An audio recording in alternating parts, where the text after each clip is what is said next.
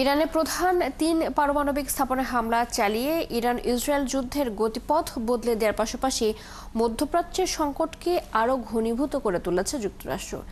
এই হামলায় তৃতীয় বিশ্বযুদ্ধের ঝুঁকি দেখছে রাশিয়া।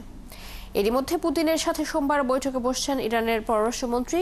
চীন বলেছে হামলার মাধ্যমে মধ্যপ্রাচ্যে উত্তেজনা আরও বাড়াচ্ছে যুক্তরাষ্ট্র।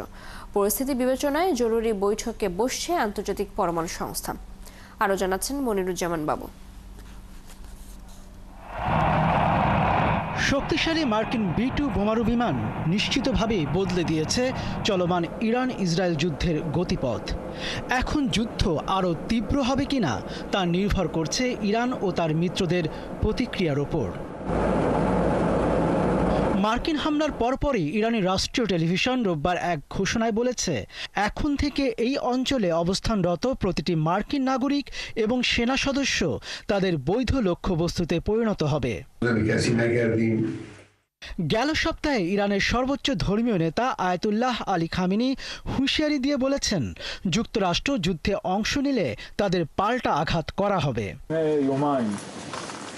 তেহরানের এই ঘোষণার পরপরই ইসরায়েল সেনাবাহিনী সর্বোচ্চ সতর্ক অবস্থায় চলে গেছে। তারা শিক্ষা কার্যক্রম স্থগিত করেছে, জমায়েতে নিষেধাজ্ঞা দিয়েছে এবং অপ্রয়োজনীয় কাজ বন্ধ করেছে।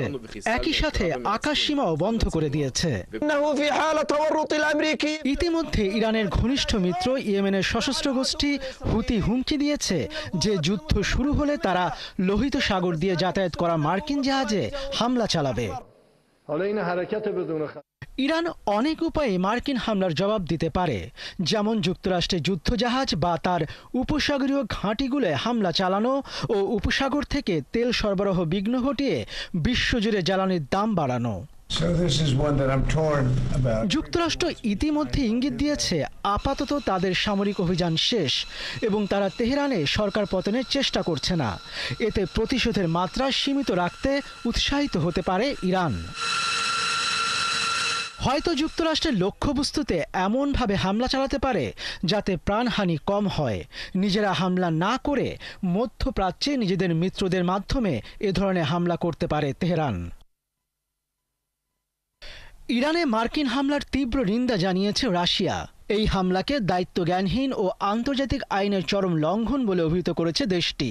রাশিয়া বলেছে, উত্তেজনার ফলাফল শুধু এই অঞ্চলের মধ্যেই সীমাবদ্ধ থাকবে না। মস্কো মনে করে তেহরানের জবাব অবধারিত।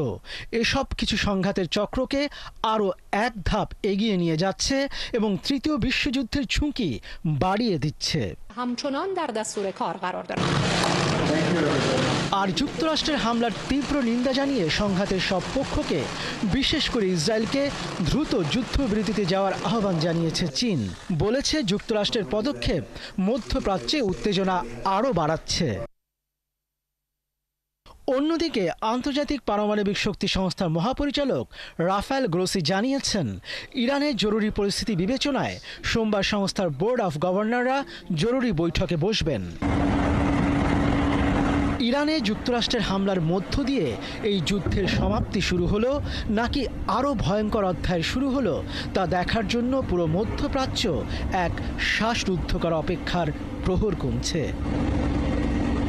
মনিরুজ্জামান বাবু, ৭১।